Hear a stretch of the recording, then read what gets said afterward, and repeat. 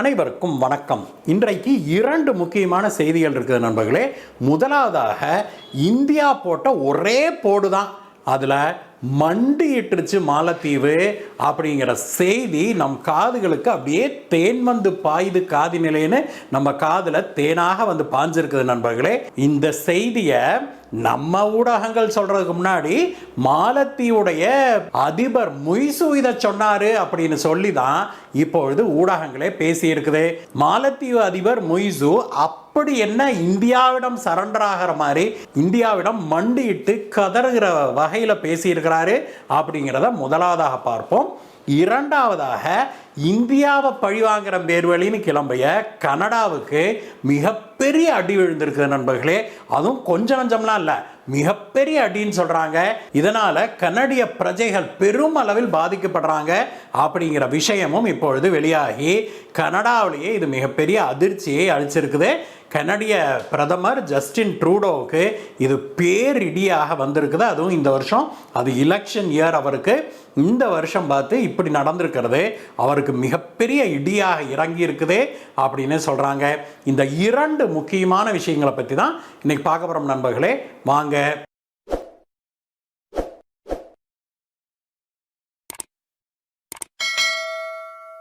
நண்பர்களே, இன்றைக்கு முதலாவது செய்தியாக மாலத்தீவு தொடர்பான செய்திகளை தான் பார்க்குறோம்.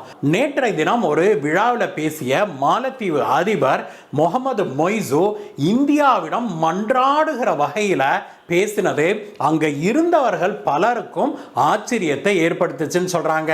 அவர் என்ன சொன்னார் அப்படின்னாக்க, கூடிய விரைவில் இந்தியா நம்மோடு ஃப்ரீ ட்ரேட் அக்ரிமெண்ட் செய்து கொள்ள வேணும் அப்படின்னு வேண்டி விரும்பி இந்தியாவிடம் கேட்டுக்கொள்வதாக முகமது மொய்சு சொன்னாரு. திடீர்னு இவர் என்ன மனுஷன் இப்படி சொல்றாரு அப்படிங்கிற விஷயத்தை நம்ம யோசிச்சோம் அப்படின்னா அதுல 2-3 முக்கியமான சூட்சுமங்கள் மறைஞ்சிருக்குது நண்பர்களே. முதலாவதாக என்ன அப்படின்னா, மாலத்தீவுடைய பொருளாதாரம். இந்தியாவோடு பிணக்கு ஏற்பட்ட பிறகு, ஒரு உரசலை மொய்சு ஏற்படுத்திய பிறகு, அந்த நாட்டுடைய டூரிசம் செக்டர் இருக்கு இல்லையா, அந்த நாட்டுடைய மிகப்பெரிய அதிக வருமானத்தை ஈட்டுகிற செக்டார் எது அப்படின்னா அது சுற்றுலாத்துறை தான். அந்த சுற்றுலாத்துறை மிகப்பெரிய அடி வாங்கி இருக்குது அப்படிங்கிற செய்தி வெளியாகி இருக்குது. இந்திய சுற்றுலா பயணிகள் தான் அந்த நாட்டுக்கு செல்கிற அதிக எண்ணிக்கையிலான சுற்றுப்பயணிகள் மட்டுமல்ல, அதிக பெர் கேபிட்டா செலவு பண்றவங்க. அதாவது ஒவ்வொரு சுற்றுலா பயணியும் இந்த நாட்டில் இவ்வளவு செலவு பண்றாங்கன்னு ஒரு கணக்கு போடுவாங்க இல்லையா, அந்த வகையில பார்த்தா இந்திய சுற்றுலா பயணிகள் தான் அதிகமான பணத்தை அந்த நாட்டில் செலவு செய்திருக்கிறாங்க. அப்படிப்பட்ட ஹை எண்ட் சுற்றுலா பயணிகளை அதிக எண்ணிக்கையில் அனுப்பி வந்த இந்தியாவோ இப்பொழுது மாலத்தீவுக்கு சுற்றுலா செல்வதையே அறவே என்கரேஜ் பண்றதில்ல. அதனால இந்தியர்களுடைய எண்ணிக்கை, இந்திய சுற்றுலா பயணிகளுடைய எண்ணிக்கை அங்க மிகப்பெரிய சரிவை கண்டிருக்குது. முதலாம் இடத்துல இருந்த இந்திய சுற்றுலா பயணிகளுடைய எண்ணிக்கை இப்பொழுது 7வது இடத்துக்கு போயிருச்சு அப்படின்னா பார்த்துக்கோங்களேன். இப்பொழுது அங்க வந்து அதிக எண்ணிக்கையில் சீனர்கள் வர்றாங்க அப்படின்னும், ஆனால் அவர்களோ இந்தியர்கள் செலவு செய்வதில் பாதி அளவுக்கு கூட செய்யறதில்ல அப்படிங்கிற செய்தியும் வெளியாகிதான் மாலத்தீவுக்கு மிகப்பெரிய அதிர்ச்சியாகி இருக்குது. இது வந்து மாலத்தீவுடைய பொருளாதாரத்தை மிகப்பெரிய அளவில் அஃபெக்ட் பண்ணி இருக்குது. முதலாவது அடி மாலத்தீவுக்கு அந்த பொருளாதார ரீதியில. இதை ஈடுகட்டுறதுக்கு தான் மொய்சு என்ன பண்ணாரு, சீனாவுக்கு போறார். சீனாவிடம் போய் மண்டிட்டு சீனாவோடு ஒரு ஃப்ரீ ட்ரேட் அக்ரிமெண்ட் ஒன்று போட்டாரு மொய்சு. அந்த ஃப்ரீ ட்ரேட் அக்ரிமெண்ட் இந்த செப்டம்பர் மாத முதல் வாக்குல இருந்து அது நடைமுறைக்கு வருது. இந்த ஃப்ரீ ட்ரேட் அக்ரிமெண்ட்ல கிட்டத்தட்ட 7985 பொருட்களுக்கு சீனாவும் மாலத்தீவும் வரி விதிப்பதில்லை, ஃப்ரீயாக ட்ரேட் பண்ணிக்கலாம் அப்படின்னு சொல்லி அவங்களுக்குள்ள ஒரு அக்ரிமெண்ட்டை போட்டிருக்கிறாங்க. இதனால மாலத்தீவுல இருந்து இந்த பொருட்களை சீனாவுக்கு ஏற்றுமதி செய்யும் போது அதற்கு வரி விலக்கு கிடைக்கும் அப்படின்னும், அதே பொருட்களை குறைந்த விலையில மாலத்தீவுக்குள்ள இறக்குமதி செய்ய முடியும். ஏன்னா இங்க தான் வந்து டாக்ஸ் இருக்காது இல்லையா, டியூட்டி இருக்காது இல்லையா அப்படின்னு மொய்சு நேற்று பேசினாரு. அதை பற்றி பேசியவர் தான் மேலும் என்ன சொன்னார் அப்படின்னாக்க, இப்பொழுது இந்தியா மற்றும் சீனா ஆகிய 2 நாடுகளோடும் நம்ம மிகப்பெரிய நட்புணர்வோடு இருக்கிறோம். இந்தியாவும் சீனாவும் பெரிய அளவில் நமக்கு உதவி செய்திருக்குது அப்படின்னு சொன்னவர் இந்தியாவுக்கு ஸ்பெஷல் எம்பேசிஸ் கொடுத்து அதிக அழுத்தம் கொடுத்து இந்தியா வந்து நமக்கு மிகப்பெரிய அளவில் பல உதவிகளை செய்திருக்குது. காலம் காலமாக இந்தியா வந்து மாலத்தீவுடைய நண்பனாக இருக்குது அப்படின்னு சொன்னவர் இந்தியா நமக்கு 50 மில்லியன் அமெரிக்கன் டாலருக்கு கடன் திருப்பி செலுத்தும் காலகட்டத்தை நீட்டிச்சு கொடுத்திருக்குது. இதே சலுகையை நம்ம சீனா கிட்டையும் கேட்டிருக்கோம், அவங்களும் கொடுக்கறேன்னு சொல்லியிருக்காங்க. ஆனா இந்தியா ஏற்கனவே நம்ம கொடுத்துருச்சு. இதோட நிற்காம நாம வந்து இந்தியாவிடம் ஃப்ரீ ட்ரேட் அக்ரிமெண்ட்டும் பண்ணிக்கணும்னு சொல்லி நாம நம்மளுடைய விருப்பத்தை தெரிவிச்சிருக்கிறோம். இதற்கு இந்தியா கூடிய விரைவில் நல்ல பதிலை சொல்லும் அப்படின்னு நம்ம எதிர்பார்க்கிறோம் அப்படின்னு சொல்லி சொன்னாரு. இந்தியாவை நம்பித்தான் நாங்கள் இருக்கிறோம் அப்படின்னு சொல்லி ஒரு முறைக்கு பல முறை அவர் பேசியது பலரையும் ஆச்சரியத்தில் ஆழ்த்துச்சு. அது சரி, திடீர்னு மாலத்தீவு இப்படி இறங்கி வருவதற்கு என்ன காரணம்? நாம் முதல்ல சொன்னது பொருளாதார அடி ஒரு மிகப்பெரிய காரணம். இரண்டாவது மிக முக்கியமான காரணம் என்ன அப்படின்னா, மாலத்தீவுக்கு ஆக அதிக பொருளாதார உதவிகளை, சப்சிடி மட்டுமல்ல கிராண்டே, அதாவது சப்சிடினா விலை குறைவாக கொடுக்கிறது பொருட்களை, அது மட்டுமல்ல கிராண்ட் அப்படின்னா இலவசமாக கொடுக்கிறது. இப்படி இலவசமாக நாம் வந்து உதவித்தொகைகளை மாலத்தீவுக்கு வழங்கி வந்தோம். மாலத்தீவுக்கு பிற நாடுகள் வழங்கிய உதவித்தொகையிலேயே கடந்த 15 ஆண்டுகளாக இந்தியா தான் ஆக அதிகமாக இப்படி உதவித்தொகையை வழங்கி வந்திருக்குது. அப்படிப்பட்ட சூழ்நிலையில் இந்த வருட பட்ஜெட் வெளியான உடனேயே மாலத்தீவுக்கு கடுமையான அதிர்ச்சி. அது என்ன அப்படின்னா, சென்ற ஆண்டு கொடுத்ததை விட மாலத்தீவுக்கு இந்தியா வழங்குகிற உதவித்தொகையை பாதியாக குறைச்சிட்டாங்க இந்தியா அப்படிங்கிறதான் அது. இது வந்து ஏற்கனவே பொருளாதார சிக்கல்ல இருக்கிற மாலத்தீவுக்கு இது பேரிடியாக வந்திருக்குது. அது மட்டுமல்ல, இந்தியா வந்து அந்த நாட்டில் செய்து கொண்டிருக்கிற ப்ராஜெக்ட்ஸ் இருக்குது இல்லையா, அதெல்லாமே ஸ்லோ டவுன் பண்ணிட்டாங்க அப்படிங்கிற பேச்சும் எழ ஆரம்பிச்சிருக்குது மாலத்தீவில்.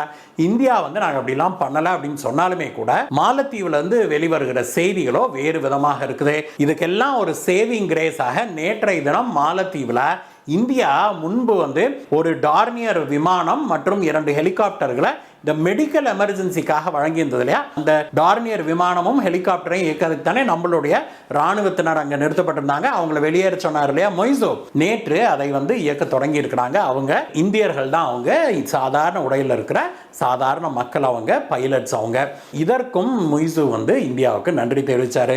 எது எப்படி இருந்தாலும் நண்பர்களே, ஒரு விஷயம் மட்டும் தெளிவாகுது, இந்தியா ஓங்கி அடிச்சதுல மாலத்தீவு ஆடி போயிருச்சு அப்படிங்கிறது தான் உண்மை. அதை எப்படியாவது சரிகட்ட வேணும் அப்படின்னா மொய்சு இப்பொழுது எப்படியெல்லாமோ இந்தியாவுக்கும் பாரத பிரதமர் திரு மோடி அவர்களுக்கும் குல்லா போடுறதுக்கு அலையறாரு அப்படிங்கிறது தெரியுது. இதற்கெல்லாம் நாம் மயங்குவோமா அப்படிங்கிறது அடுத்த சில வாரங்களில் தெரியும் நண்பர்களே. இரண்டாவது செய்தியாக நாம் என்ன பார்க்கணும் அப்படின்னா, கனடால இருந்து வெளிவந்திருக்கிற ஒரு அதிர்ச்சிகரமான செய்தி நண்பர்களே. அது என்ன அப்படின்னா, கனடா வந்து கடந்த 2 ஆண்டுகளாகவே வெளிநாட்டு மாணவர்களுடைய எண்ணிக்கையை குறைச்சிக்கிட்டே வர்றேன் அப்படின்னு ஏகப்பட்ட ரெஸ்ட்ரிக்ஷன்லாம் போட ஆரம்பிச்சது இல்லையா.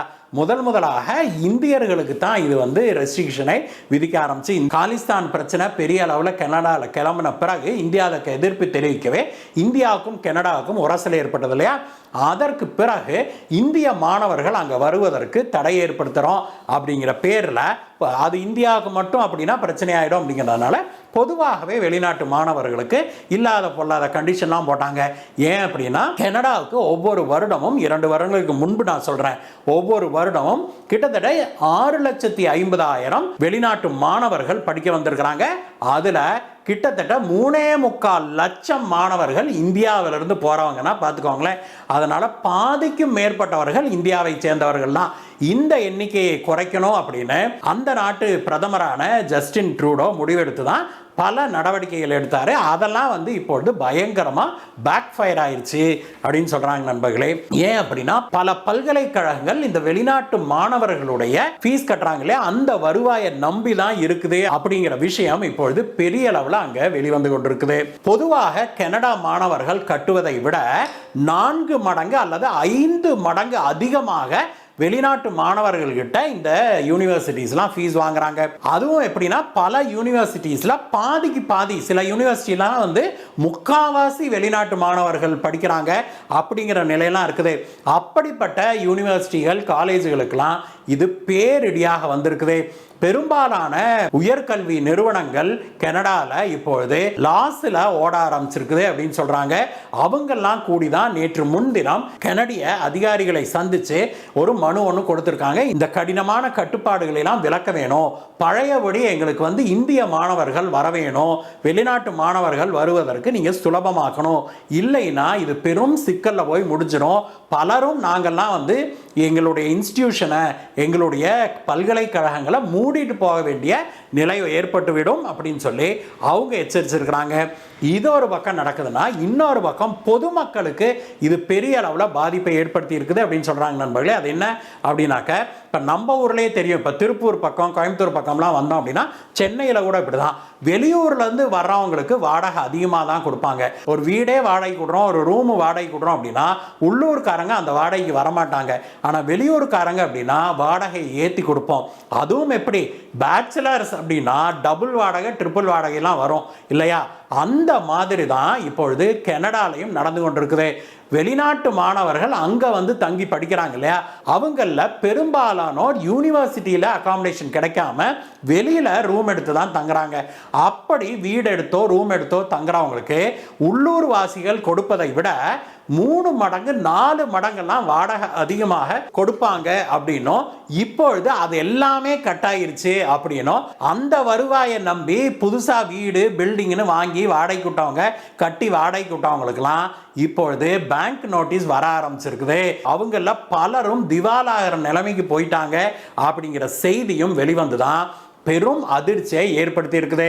ஒரு 10-12 சீட்டுகள்ல ஓட்டு வாங்குறதுக்காக ஜஸ்டின் ட்ரூடோ இந்தியாவோட ஒரு மிகப்பெரிய சண்டையை ஏற்படுத்தி காலிஸ்தான் தீவிரவாதிகளை ஊக்குவிச்சதுக்கு அந்த நாட்டில் இருக்கிற யூனிவர்சிட்டிஸ் மட்டுமல்ல, அந்த நாட்டில் இருக்கிற மக்களும், பெருவாரியான மக்களும் இப்பொழுது கஷ்டப்படுறாங்க அப்படிங்கிற செய்தி வெளிவந்து ஜஸ்டின் ட்ரூடோவுக்கு இனி நாங்கள்லாம் ஓட்டே போட மாட்டோம் அப்படின்னு வெளிப்படையாகவே அந்த நாட்டு சமூக ஊடகங்களில் மக்கள் பேச ஆரம்பிச்சிருக்கிறாங்க. இது வந்து ஜஸ்டின் ட்ரூடோவுக்கும் பெரும் அதிர்ச்சியை கொடுத்திருக்குதுன்னு சொல்றாங்க. ஜஸ்டின் ட்ரூடோவுடைய கட்சியே அடுத்த முறை எலெக்ஷன்ல அவரை தூக்கிட்டு வேற யாராவது நிறுத்தணும் அப்படிங்கிற பேச்சும் ஆரம்பிச்சிருக்கிறாங்கன்னு சொல்றாங்க. அது விரைவில் நடக்கணும் அப்படிங்கிறதா நம்முடைய அவாவாகவும் இருக்குது நண்பர்களே. இந்த வீடியோவை பற்றிய உங்களுடைய கருத்துக்களை சொல்லுங்கள் நண்பர்களே. மீண்டும் உங்களை வேற வீடியோ சந்திக்கிறேன் கைஸ். Bye bye.